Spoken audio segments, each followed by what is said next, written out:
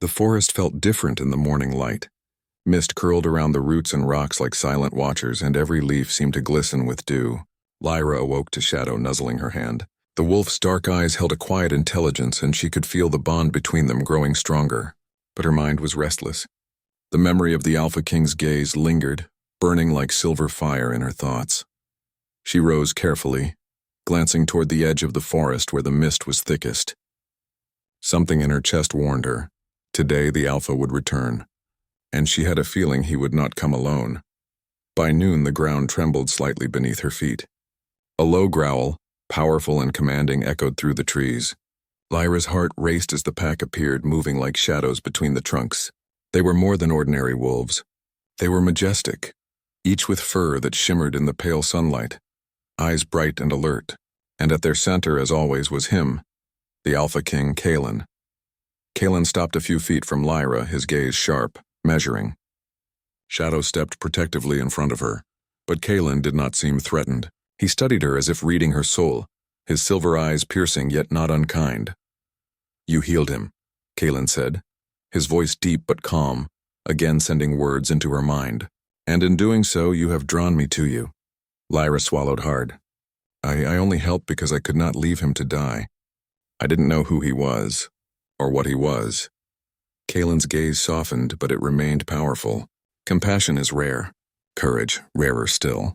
You have both, Omega." Lyra felt her face flush. She had never been praised, never been seen as strong. Her past pack had only known weakness in her. And yet, here was the most powerful creature she had ever encountered acknowledging her worth. Kalen circled her slowly, eyes sharp but careful. "You are unlike any Omega I have known, and that is why I cannot leave you here alone." Lyra's heart skipped. "Why? What do you mean?" "I mean," Kalen said, "that your fate is now tied to mine.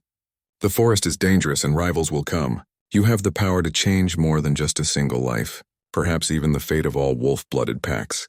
Shadow growled softly, sensing the tension in the air. Lyra reached down to calm the wolf, feeling the warmth of life beneath her fingers. The bond she had formed with Shadow seemed to strengthen, and through it she could sense Kalen's presence, silent yet commanding. That night, Kalen led her to a clearing where the pack had made its home. The wolves moved gracefully, almost like shadows blending with moonlight. Some watched Lyra curiously. Others kept their distance, loyal to Kalen but unsure of her place. Lyra felt nervous, but Kalen's presence beside her gave her courage. "You will need to learn their ways," Kalen said, "not as a weak Omega, but as one who is part of this pack. They will test you, and so will I." Over the following days, Lyra trained with the pack. She learned to move silently through the forest, to sense danger before it appeared, and to understand the language of growls, gestures, and glances. Shadow remained at her side, protective and loyal, while Kalen watched, sometimes guiding, sometimes letting her find her own strength.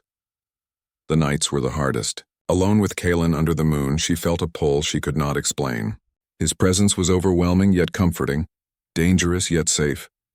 When he spoke, it was often without words, thoughts and emotions flowing between them in silent understanding. Lyra realized she was not afraid, not of him, not of the bond forming between them. One evening, Kalen led her to the highest cliff in the forest. The moon hung like a silver lantern above them, casting light on the world below. "Look," he said, his voice soft but full of power. "The forest is alive. Every leaf, every stone. Everything is connected. So too are we. What you do, Omega, changes more than just your own life." Lyra looked down at the forest, feeling small and yet part of something immense. I never thought I could be part of anything this powerful," she said. Kalen's gaze softened. "You have always been powerful. You just did not know it." Days passed and the bond between them deepened. Lyra began to trust Kalen in ways she had never trusted anyone. She saw his pride, his loneliness, the weight of leadership, and even the curse that bound him to the forest. And Kalen began to trust her, letting her see the vulnerability beneath his strength, the desire for connection beneath his command. Yet, danger lurked. Rumors of rival packs reached them through whispered messages carried by the wind. One night, while the forest slept under a silver moon, a shadow moved at the edge of their territory. Lyra woke to find Kalen standing over her, his senses alert. "They are coming," he said, his voice calm but urgent. Rivals who would see this forest fall, and us with it. Lyra's heart pounded, but she felt no fear. She had learned to trust, to fight, to survive. And beside Kaelin, she felt invincible. Shadow growled, moving between them, ready to defend. The rival pack approached silently, their leader stepping forward, a massive wolf with eyes of deep amber and fur like burning coal. "Alpha Kaelin," he called, voice sharp, carrying across the forest. "Your time has ended. Your Omega belongs to no one but me." Kaelin's eyes narrowed, silver flames of anger and power glowing in the dark. He stepped closer to Lyra, protective and commanding. "She belongs to no one," he said. "Not to you. Not to anyone. And if you wish to challenge me, you will face the entire pack." Lyra felt a surge of courage. She stepped forward, though her heart raced, and placed her hand lightly on Kaelin's arm. In that instant, she felt their bond strengthen, a pulse of shared strength and trust flowing between them. The rival leader sneered, but did not attack immediately. "We shall see," he said, disappearing back into the shadows with his pack. Kaelin turned to Lyra, his silver eyes softening. "You have proven yourself already," he said. "But the test is not over. You must be ready, not just to survive, but to fight for what is yours, for what we are together." Lyra nodded, her chest filled with a mixture of fear, determination, and something else, something deeper she could not yet name. "I will try," she said. Kaelin placed his hand lightly on her shoulder. The gesture was simple, yet it carried a promise, a connection that spoke louder than words. "You are more than enough, Omega," he said. "And together we will face whatever comes." That night, under the same silver moon, Lyra lay beside Shadow and felt Kaelin's presence near. The forest was alive with whispers, rustling leaves, and distant howls. She closed her eyes, feeling the bond with Kaelin, with Shadow, and with the forest itself. She was no longer the rejected Omega, no longer alone. She was part of something greater, something powerful and alive. And far above, in the darkness, stars blinked as if witnessing the beginning of a legend. The Alpha King had found his Omega, and she had found her place. Yet the future was uncertain. Rival packs would come, dangers would rise, and the forest itself held secrets yet to be revealed. Lyra reached for Kaelin in the night, her hand brushing his. Their eyes met, silver and brown, and in that silent moment, they understood one truth. Their bond was unbreakable. But the path ahead would test them in ways they could not yet imagine. The wind moved through the trees, carrying whispers of prophecy and warning. The forest waited, silent and patient for the dawn that would bring both challenge and destiny. And as the first light of morning broke through the mist, Lyra and Kaelin stood together, ready to face a world that would never again see them as ordinary or alone.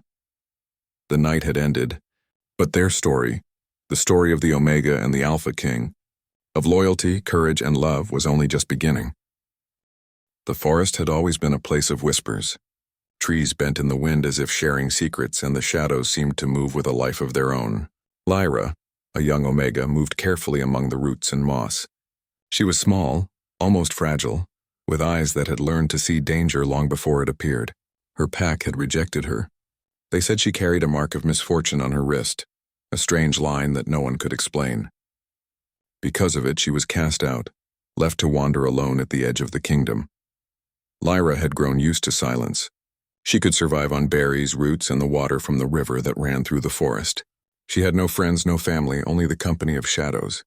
And yet she never gave up hope that maybe one day she would find someone who understood her, someone who would accept her as she was. One night the sky was dark and heavy with clouds. The wind whispered through the trees like a warning. Lyra walked carefully along a narrow path, listening to the forest's murmurs. Then, in the clearing ahead, she saw a movement. A low, pitiful growl cut through the air. There, caught in a cruel iron trap, was a wolf. Its fur was black as midnight, matted with blood and dirt, and its eyes glowed with pain and fear. Lyra froze. She had heard stories of wolves in this forest, creatures who were clever and fierce, sometimes even able to speak in dreams or visions. But this one was different. It was wounded, and it seemed more afraid of the trap than of her. Her heart ached. She knew she could not leave it to die. Moving slowly, she spoke softly. "It's okay. I won't hurt you." The wolf growled softly, a warning more than a threat, but it did not struggle as she approached. Lyra removed the trap carefully. The metal was cold and sharp, but she had learned to use her hands with care. The wolf whimpered as the trap fell away. Its paw was broken and a deep cut ran along its shoulder. Lyra knew she had to act quickly. She tore a strip of cloth from her own tunic and wrapped the wound. The wolf flinched, but her gentle voice kept it calm. "You're not alone," she whispered. "Neither am I." That night she built a small fire in the clearing. The wolf watched her, its silver eyes reflecting the flames. For hours Lyra fed it scraps of food and whispered stories of her past, of the pack that had rejected her, of the loneliness she had carried for so long. Though the wolf could not speak, it listened, and in its gaze Lyra felt a strange connection, as if it understood every word. As the fire died down, Lyra lay beside the wolf, her hand resting lightly on its dark fur. For the first time in years she felt warmth that was not just from the fire, a quiet, trembling hope. The wolf closed its eyes, and in a dreamlike vision Lyra heard a voice deep and soft calling to her. "You are not as alone as you believe," the voice said. "I am here." Lyra woke with a start, the voice fading, but the feeling lingered. The wolf's eyes met hers, glowing with an intelligence that seemed almost human. It was no ordinary wolf. Something in the air had changed. The next morning the forest was quiet. Mist hovered above the ground, curling around the roots like restless spirits. Lyra had hoped the wolf would leave, but it remained by her side. She had named it Shadow, for its dark fur and the way it moved like a shadow through the trees. Shadow limped but stayed close, as if grateful for her care.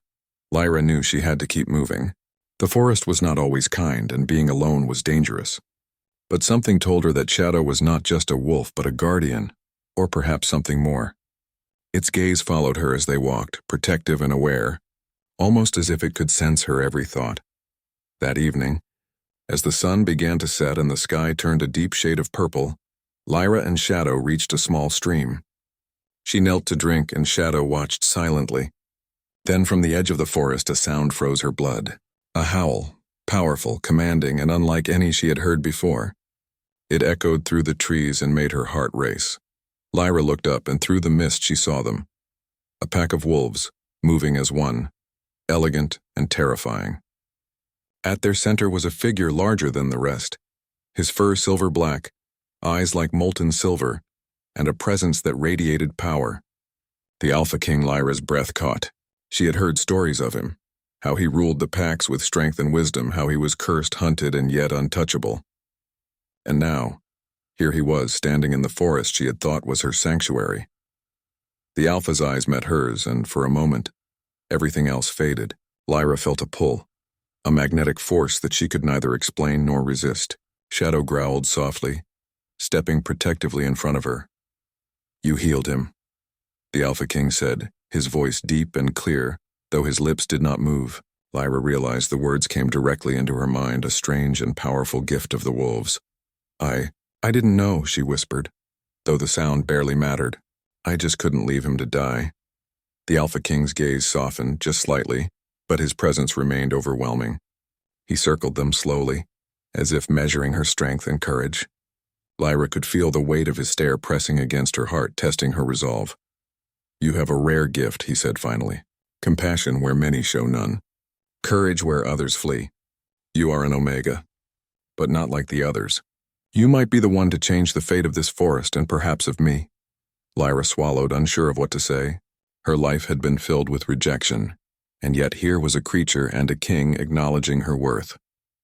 Something deep within her stirred, a mixture of fear, awe, and a strange longing she had never felt before. As night fell, the Alpha King's pack disappeared into the mist, leaving Lyra and Shadow alone. But the forest no longer felt empty. There was a sense of anticipation in the air, a quiet promise that life was about to change in ways she could not imagine. Lyra lay beside Shadow again, her hand resting on the wolf's fur. She stared at the sky, the first stars appearing like tiny lanterns in the darkness. She wondered what the Alpha King had meant and whether she could truly be part of something greater than herself. Her thoughts were interrupted by a soft sound, a single howl, far away but unmistakable. It was a warning, a call, and a greeting all at once. Lyra shivered. The Alpha King had returned in some way, and she knew that her life would never be the same.